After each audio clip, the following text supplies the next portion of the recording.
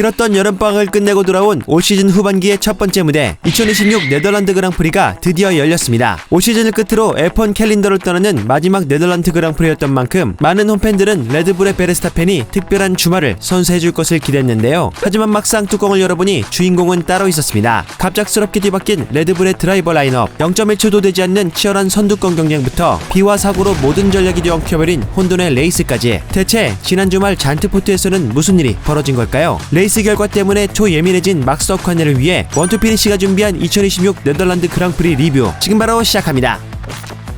네덜란드 그랑프리가 열리는 잔트포트 서킷은 한 바퀴의 길이가 4.259km로 비교적 짧지만 좁은 트랙 위에 빠른 코너들이 쉴 새 없이 이어지고 최대 19도에 달하는 뱅킹 코너와 고저차까지 더해진 F1에서도 상당히 독특한 레이아웃을 가지고 있는데요. 하지만 올 시즌을 끝으로 더 이상 F1 경기가 열리지 않게 되면서 각 팀과 선수들에게 이번 주말은 잔트포트의 고별 경기가 되었습니다. 여기에 이번 네덜란드 그랑프리는 스프린트 주말로 펼쳐지기도 했는데요. 각 팀에게 주어진 연습 시간은 금요일 프랙티스 단 1시간뿐. 여름방학을 마치고 돌아온 팀들이 얼마나 빠르게 차량의 셋업을 찾아내느냐가 무엇보다 중요했죠. 그리고 또 하나의 관심을 모았던 팀은 에스턴 마틴이었습니다. 헝가리에서 대규모 차량 업그레이드를 투입했던 에스턴 마틴은 이번 잔트포트에서 혼다의 업데이트된 파워유닛까지 처음 실전에 투입하며 후반기 반등을 위한 또 하나의 승부수를 던졌는데요. 과연 새로운 파워유닛이 얼마나 달라진 모습을 보여줄지도 관심사였습니다. 마지막으로 레드불에는 예상치 못한 변수가 하나 더 있었는데요. 여름 휴식기 동안 아이작 카자가 손목 부상을 당하면서 이번 네덜란드 그랑프리에 출전할 수 없게 됐고 그 자리를 대신해 레이싱 부스에서 뛰던 리암 로슨이 레드불로 이동. 레이싱 부스의 빈자리에는 츠노다 유키가 복귀하게 됐죠. 보고 싶었다고 유키짱! 과연 여름방학 이후 후반기 첫 무대에서 각 팀들이 어떤 모습을 새롭게 보여줄지 많은 이들의 관심이 집중되며 드디어 네덜란드 그랑프리의 일정이 시작됐습니다.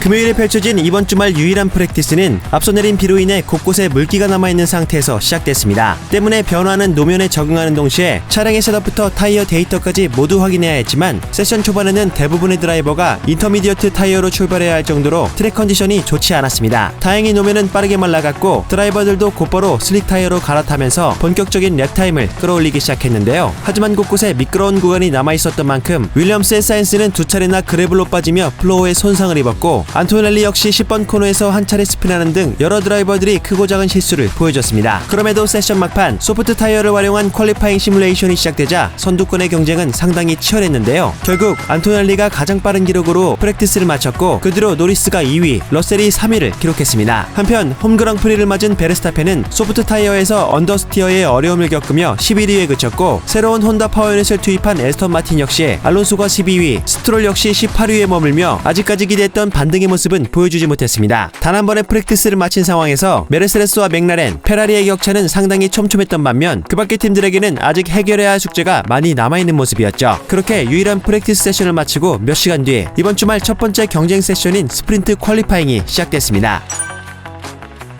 금요일 오후에 진행된 스프린트 퀄리파잉 SQ1에서는 모든 드라이버가 의무적으로 미디엄 타이어를 사용한 가운데 짧은 트랙 위에 22대의 차량이 한꺼번에 몰리면서 트래픽 관리가 상당히 까다롭게 진행됐는데요. 프랙티스에서 가장 빨랐던 안토넬리는 13번 코너에서 그래블을 밟으며 잠시 위기를 겪었지만 다행히 다시 기록을 만들어 SQ2 진출에 성공한 반면 에스턴 마틴의 알론소는 브레이킹 과정에서 휠락과 함께 그래블로 빠지면서 결국 SQ1을 최하위로 탈락했습니다. 특히 알론소의 차량에는 리어윙의 스트레이트 모드가 정상적으로 작동하지 않는 문제까지 있었던 것으로 확인되면서 새로운 혼다 파워유닛과 함께 반등을 노렸던 에스턴 마틴은 스트롤까지 19위에 그치며 두 대 모두 SQ1에서 탈락하고 말았죠. 이어진 Q2에서는 가슬리와 보톨레토, 림벌라드까지 중위권 드라이버들이 선전하며 SQ3 진출에 성공한 가운데 새로운 차량에 적응할 시간이 부족했던 로스는 11위, 츠노다는 12위를 기록하며 나란히 탈락했습니다. 그리고 마지막 SQ3, 이번에는 소프트 타이어를 장착한 선두권 드라이버들이 본격적인 풀포지션 경쟁에 나섰는데요. 노리스가 1분 11초 608로 좋은 기록을 작성했지만 마지막 순간 러셀이 그보다 앞선 1분 11초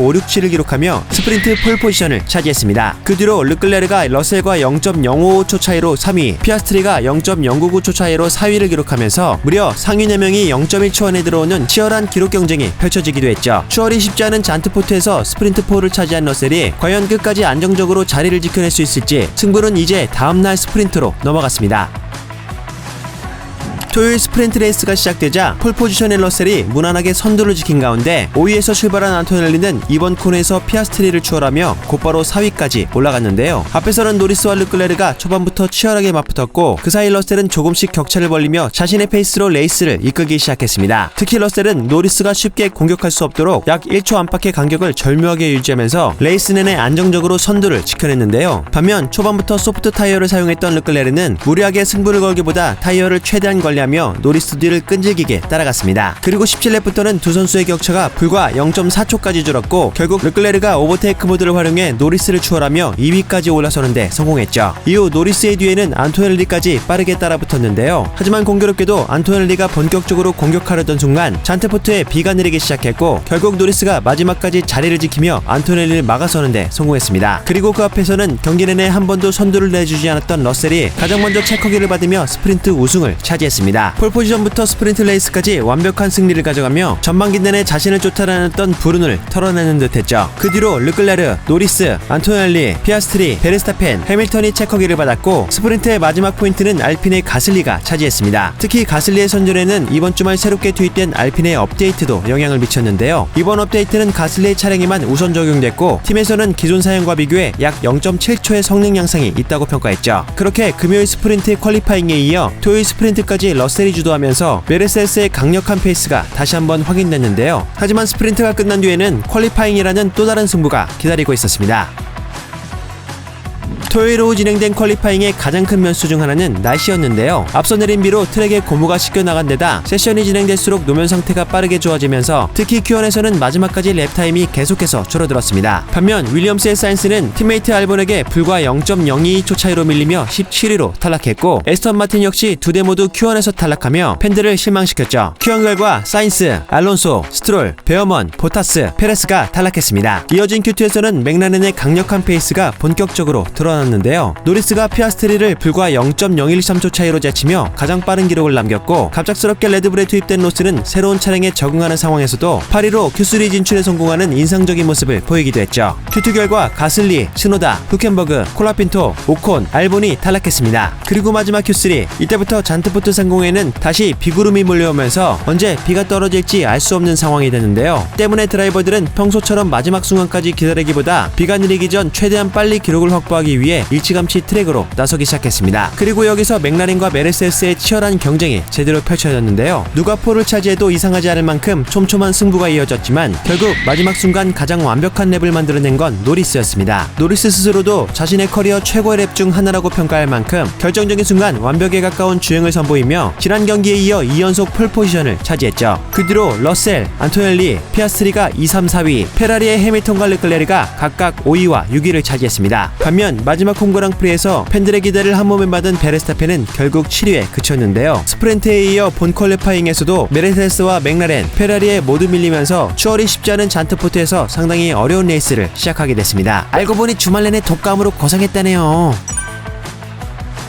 그리고 마침내 일요일 다시 비가 내리면서 잔트포트 곳곳에는 아직 물기가 남아있었는데요. 다행히 레이스를 앞두고 노면이 마르기 시작하면서 스탠딩 스타트가 결정됐고 결국 모든 드라이버가 슬릭 타이어로 그리드에 정렬했죠. 그리고 5개의 불이 꺼지며 레이스가 시작됐는데요. 폴포지션의 노리스가 다소 불안한 출발에도 선두를 지켜낸 가운데 3번 그리드의 안토넬리가 러셀을 제치고 곧바로 2위까지 올라섰고 르클레르 역시 해밀턴과 피아스트리를 연달아 제치며 단숨에 순위를 끌어올렸습니다. 하지만 잠시 후 레드불의 베르스타펜이 14번 코너 안쪽에 젖어있는 흰색 라인을 밟으며 스핀해 그대로 배리어에 강하게 충돌하는 초대형 사고가 발생하고 말았는데요. 다행히 베르스타펜은 곧바로 자신이 괜찮다고 알렸지만 사고의 충격이 컸던 만큼 레이스는 곧바로 레드 플래그로 중단됐고 그렇게 수많은 오렌지 군단의 응원을 받았던 베르스타펜의 레이스는 불과 첫 번째 랩을 마치기도 전에 허무하게 끝나버렸죠. 그리고 이 레드 플래그는 이후 여러 선수들의 레이스 전략까지 완전히 뒤바꿔 놓았는데요. 리스타트를 앞두고 노리스는 소프트, 안토넬리는 미디엄, 피아스트리는 하드를 선택하는 등 선두권부터 서로 다른 타이어 전략을 가져가는 모습을 보였습니다. 이어진 두 번째 스타트에서는 안토넬리가 과감하게 노리스의 안쪽을 파고들며 선두를 빼앗는 데 성공했고 피아스트리 역시 3위까지 올라오면서 레이스의 흐름이 완전히 달라졌는데요. 이후 안토넬리는 미디엄 타이어로 안정적인 페이스를 보여주면서 한동안 레이스를 주도했고 각 팀의 첫 번째 피트스톱이 시작되면서부터는 타이어 전략에 따라 순위가 계속해서 뒤바뀌기 시작했습니다. 페라리는 해밀턴의 스틴트를 길게 가져가면서 선두권 드라이버들이 피트스톱을 반복하는 사이 한동안 레이스 선두까지 올라서기도 했죠. 한편 그 전까지 선두 선두를 달리던 안토넬리는 하드 타이어로 교체한 이후 계속해서 리어 그립 부족을 호소했고, 그 사이 뒤에 있던 노리스가 빠른 속도로 격차를 줄이기 시작했는데요. 레이스 후반부 선두 해밀턴 뒤로 안토넬리, 노리스까지 3명의 드라이버가 점점 가까워지면서 우승 경쟁이 다시 한번 뜨거워지기 시작했습니다. 그리고 54렙 후반부 레이스 페이스가 좋았던 노리스는 기어이 안토넬리를 추월해 2위로 올라섰고, 바로 다음 랩에서 선두 해밀턴까지 추월하며 마침내 레이스 리더로 올라섰죠. 이후 노리스는 빠르게 안토넬리와의 격차를 벌리기 시작했는데요. 하지만 아직 레이스의 마지막 변수가 남아있었습니다. 경기 후반 오콘의 차량이 3번 코너에서 멈춰서면서 버추얼 세이프티카가 발동된 것이죠. 여러 드라이버들이 이 기회를 활용해 마지막 피트스톱에 나섰고, 안토넬리는 새로운 소프트 타이어로 교체했지만 이 과정에서 러셀 뒤로 복귀하자 결국 메르세데스는 러셀에게 자리를 양보하도록 지시하면서 안토넬리를 다시 2위로 올려보냈죠. 이제 오래된 타이어를 사용하는 노리스와 소프트 타이어를 장착한 안토넬리의 마지막 승부가 펼쳐질 것으로 보였는데요. 하지만 노리스의 페이스는 여전히 강력했습니다. 안토넬리가 오히려 따라오지 못할 만큼 격차를 벌리며 사실상 우승 경쟁을 끝내버렸죠. 반면 그 뒤에서는 러셀과 해밀턴의 마지막 포디움을 건 싸움이 이어졌습니다. 그리고 종료를 2랩 남긴 70랩 윌리엄스의 사인스와 알본이 1번 코너에서 충돌하면서 또 한 번 버추얼 세이프티카가 발동됐는데요. 당시 러셀과 해밀턴의 격차는 불과 0.7초, 해밀턴에게는 충분히 3위를 노려볼 수 있는 상황이었지만 버추얼 세이프티카가 발동되면서 추월할 기회를 아쉽게 잃어버렸고, 마지막 한 랩이 다시 시작된 뒤에도 러셀은 끝까지 자리를 지키는데 성공했습니다. 그리고 가장 앞에서는 노리스가 먼저 체커기를 받으면서 우승을 차지, 헝가리에 이어 2경기 연속 우승을 차지하며 2026 시즌 후반기를 완벽하게 시작했습니다. 그는 경기 후 인터뷰를 통해 초반 소프트 타이어에서는 차량의 밸런스가 좋지 않았지만 하드 타이어로 교체한 뒤 차량의 느낌이 훨씬 좋아졌다. 안토넬리를 추월할 기회가 많지 않을 거라고 생각했던 만큼 해밀턴과 안토넬리가 배틀하는 기회를 틈타 추월에 성공해 결국 레이스에서도 승리할 수 있었다. 이번 우승은 내 커리어에서도 손에 꼽을 만큼 좋은 승리라고 생각하지만 앞으로도 챔피언십에서 계속 경쟁하려면 우리도 더 많이 발전해야 한다 라고 소감을 남겼습니다. 2위는 메르세데스의 키미 안토넬리가 차지하며 드라이버 챔피언십 선두 자리를 더욱 굳건하게 지켜냈는데요. 그는 경기 후 인터뷰를 통해 굉장히 치열한 레이스였다. 리스타트에서 노리스를 추월해 선두까지 올라갈 수 있었고, 레이스 초반에는 차량의 느낌도 좋았다. 하지만 두 번째 스탠드부터 페이스가 크게 떨어졌고 노리스에게 추월당한 뒤에는 내가 할 수 있는 게 많지 않았다. 결과적으로 팀이 2위와 3위를 모두 가져갈 수 있어서 기쁘지만 맥라렌이 굉장히 큰 발전을 이룬 만큼 우리도 앞으로 더 많은 랩을 찾아야 한다 라고 소감을 남겼습니다. 그리고 3위는 조지 러셀이 차지했는데요. 그는 경기 후 인터뷰를 통해 초반에는 앞선 두 선수의 페이스가 굉장히 빨랐고 경기 후반에는 오래된 타이어로 버텨야 해서 쉽지 않았다. 특히 마지막에는 해밀턴의 압박까지 막아내야 했다. 하지만 스프린트에서 우승했고 본 레이스에서도 포디움에 올랐던 만큼 전체적으로 굉장히 강한 주말이었다. 여름방학 전 몇 경기에서는 어려움이 있었지만 이번 주말에는 다시 좋은 리듬을 찾았다고 생각한다 라고 소감을 남겼습니다. 그 뒤로는 페라리의 해밀턴과 르클레르가 4위와 5위를 차지했는데요. 특히 해밀턴은 다른 선두권보다 스틴트를 길게 가져가는 전략으로 한때 레이스 선두까지 올랐고, 막판에는 러셀과 3위 자리를 놓고 싸웠지만 하필 추월 직전에 버추얼 세이프티카가 발령되며 아쉽게 포디움까지는 올라가지 못했습니다. 6위는 첫 피트스톱에서 시간 손실을 보며 선두권 경쟁에서 밀려난 맥라렌의 피아스트리가, 7위는 갑작스럽게 레드불 차량을 몰게 된 리암 루슨이 차지했습니다. 8위는 아우디의 니코 hul켄베거가 차지했는데요. 12위권에서 레이스를 이어가던 상황에서도 여러 차례 추월을 성공시키며 순위를 끌어올렸고 아우디에 또 한 번 중요한 포인트를 안겼습니다. 한편 이번 주말 내내 어려움을 겪었던 에스턴 마틴의 페르난도 알론소는 18번 그리드에서 출발해 무려 9위까지 올라왔는데요. 특히 레드 플래그 이후 장착한 소프트 타이어를 무려 32렙 동안 사용하는 독특한 전략을 성공시켰고, 무엇보다 이번 주말 처음 실전에 투입된 혼다의 새로운 파워린 역시 큰 신뢰성 문제 없이 레이스를 완주하면서 에스턴 마틴 입장에서도 나름의 성과를 남겼습니다. 마지막 10위는 새 업그레이드를 적용하고 확실히 페이스가 올라온 알핀의 가슬리가 차지했습니다. 반면 포인트권 밖에서는 레이싱 부스로 돌아온 트노다가 11위, 팀 동료 림블라드가 12위를 기록했고 보톨레토가 13위, 콜라핀토가 14위, 페레스가 15위, 사인스가 16위로 레이스를 마쳤습니다. 그 외에도 알본과 보타스, 오콘, 스트롤, 베어먼이 여러 사고와 기술 문제로 정상적으로 레이스를 마치지 못하게 됐죠.